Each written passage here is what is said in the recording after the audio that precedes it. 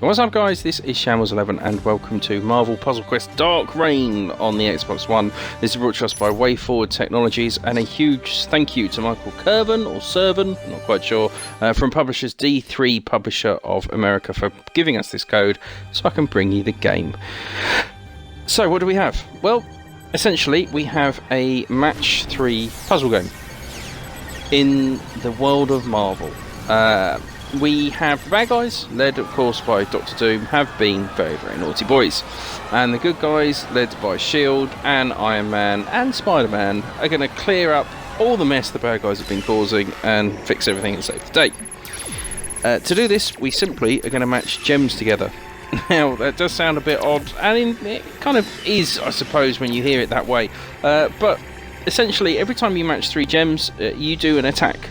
Different colours are linked to different characters, so you want to mix and match your team. And now the cool thing is you can make your own team. You get 3 people on each side that you fight against, and you can choose good guys, bad guys, or a combination of the both to be on your team. This is also available on 360, PS4 and PS3, but the Xbox One version we get the Thor Goddess character. This is unique to Xbox One until March the 15th. At the end of each fight, we get to level up our characters. They all gain XP. Of course, as they go up levels, they unlock more special moves, and they can take more damage and do more damage. As you can see, every time we match gems, up in the very top left of the screen, they all tally up, and that leads to just below, you can see the special moves available. Unleash these, and you do some huge amounts of damage. There's an absolute ton to do.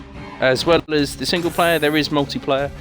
You can play against your friends, or you can do a quick match against randoms. There's ranked and casual play. Now, the only thing is we have struggled a bit to find people to play online. I don't know if it's because it's early days in the game's life, or I hope it's not because people aren't playing this, because really it's a pretty polished and good game. There's certainly plenty to do in the single player alone. This is all the prologue. Each one of these sections then has a ton of levels, between kind of 7 to 10 on each. And you won't just be flying through all of them super quick. Some of them you'll have to go back and level up your characters before you can take on the bad guys. Of course, as you level up, so do the enemies, and they can take more damage and do a lot more damage. There's one level fairly early on where, I mean, they just took out the entire team in just a couple of attacks, so we had to go back to the beginning until they were strong enough and powerful enough. As you can see, there are certainly a lot of characters. We've got an absolute ton still to unlock. You can also get various special characters. You unlock cards, then they can come and fight with you as well to help you out.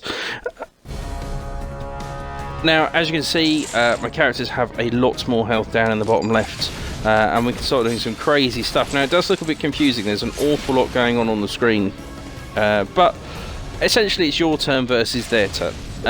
Characters, as you can see, so Wolverine is the special character. He has green, red and yellow attacks.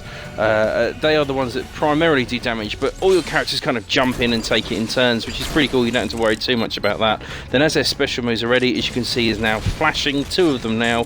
You can activate them to do huge amounts of damage and take care of the enemies super quick.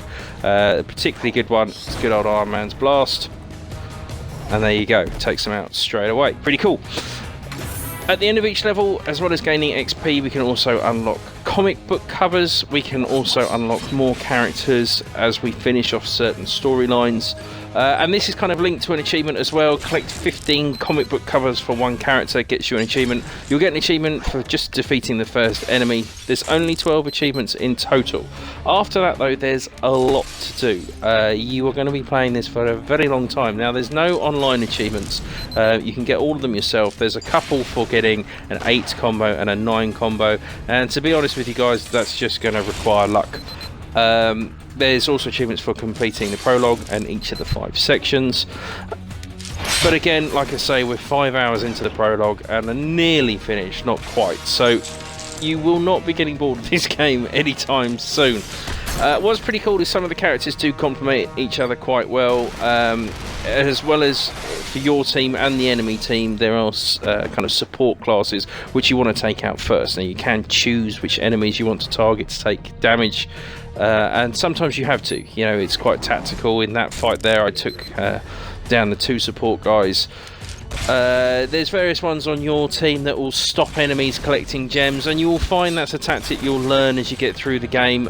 You will pick up, as you can see, she needs in the top right green gems, so really I should be doing all the green moves I can to stop the enemy picking up them and using them on me. Overall though, I find this game really polished. This is $14.99. It is available right now. It did originally release on the 5th of February, so I'm a little bit behind. But I would really quite recommend this game. We've had some great fun playing it. Whiles away, the hours just fly by. And like I say, you will need to put in quite a few to get all your achievements on this one. As always guys, if you found this useful, please give me a little thumbs up. Leave me a comment below if you played this and you like it.